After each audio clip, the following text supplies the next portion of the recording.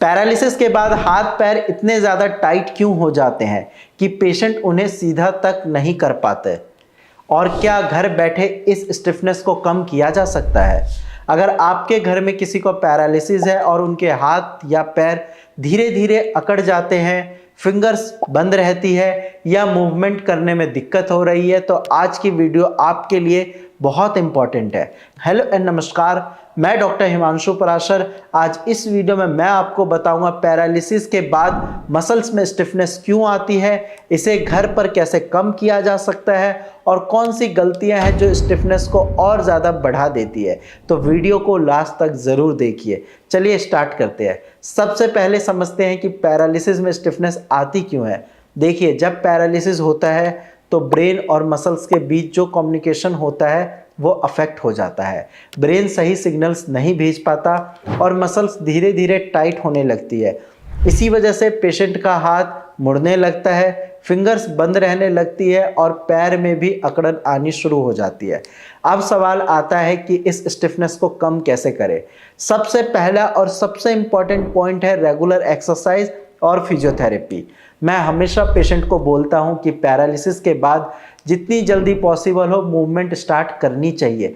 अगर पेशेंट खुद मूवमेंट नहीं कर पा रहे हैं तो केयर टेकर या केयर गिवर उनकी हेल्प के लिए हो सकते हैं, जैसे फिंगर्स को धीरे धीरे खोलना, रिस्ट को आगे पीछे मूव करना, एल्बो को फोल्ड एंड स्ट्रेट करना, शोल्डर की मूवमेंट करवाना। इसी तरह पैर की जॉइंट्स की मूवमेंट भी करनी चाहिए। जितनी देर तक जॉइंट्स मूवमेंट नहीं होगा स्टिफनेस उतनी ज़्यादा बढ़ेगी। दूसरा पॉइंट है जेंटल मसाज। बहुत सारे पेशेंट मुझसे पूछते हैं कि सर मसाज कर सकते हैं क्या? मेरा जवाब है हाँ, लेकिन बहुत जेंटल। ज़ोर ज़ोर से मालिश करने का कोई फ़ायदा नहीं है, बल्कि कई बार नुकसान भी हो सकता है। आप हल्की मसाज कर सकते हैं जिससे मसल्स को रिलैक्सेशन मिले और पेशेंट को कंफर्ट फील हो। तीसरा पॉइंट है वार्म कंप्रेस या हीट थेरेपी। अगर मसल्स बहुत ज़्यादा टाइट है तो एक्सरसाइज से पहले हल्का वार्म कंप्रेस दिया जा सकता है। इससे मसल्स थोड़ी रिलैक्स हो जाती है और एक्सरसाइज करना आसान हो जाता है। लेकिन ध्यान रहे, बहुत ज़्यादा गर्म चीज़ डायरेक्टली स्किन पर मत लगाइए। अब बात करते हैं सबसे बड़ी गलती की। बहुत सारे पेशेंट्स सिर्फ मसाज करते रहते हैं, ना एक्सरसाइज करते हैं, ना फिजियोथेरेपी करते हैं, ना मूवमेंट करते हैं और फिर बोलते हैं कि स्टिफनेस कम नहीं हो रही। देखो, ऐसा नहीं चलेगा। सिर्फ मसाज से पैरालिसिस की रिकवरी नहीं होगी। असली इम्प्रूवमेंट तब आती है जब मसाज के साथ साथ फिजियोथेरेपी और प्रॉपर ट्रीटमेंट हो। और एक बात जो मैं हर वीडियो में बोलता हूँ, रिकवरी का सबसे बड़ा सीक्रेट कोई मेडिसिन नहीं है। रिकवरी का सबसे बड़ा सीक्रेट है पेशेंट की विल पावर।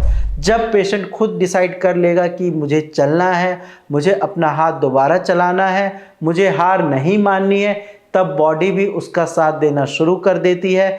मैंने ऐसे बहुत सारे पेशेंट देखे हैं जिनके हाथ बिल्कुल बंद थे, मूवमेंट बहुत कम थी, लेकिन रेगुलर एक्सरसाइज और फिजियोथेरेपी की वजह से उनमें काफ़ी इम्प्रूवमेंट देखने को मिली है। इसीलिए आज से एक प्रॉमिस कीजिए, रोज़ एक्सरसाइज करेंगे, रोज़ मूवमेंट करेंगे और रिकवरी के लिए मेहनत करेंगे और अपनी दवाइयाँ टाइम से लेंगे। आज की वीडियो में इतना ही।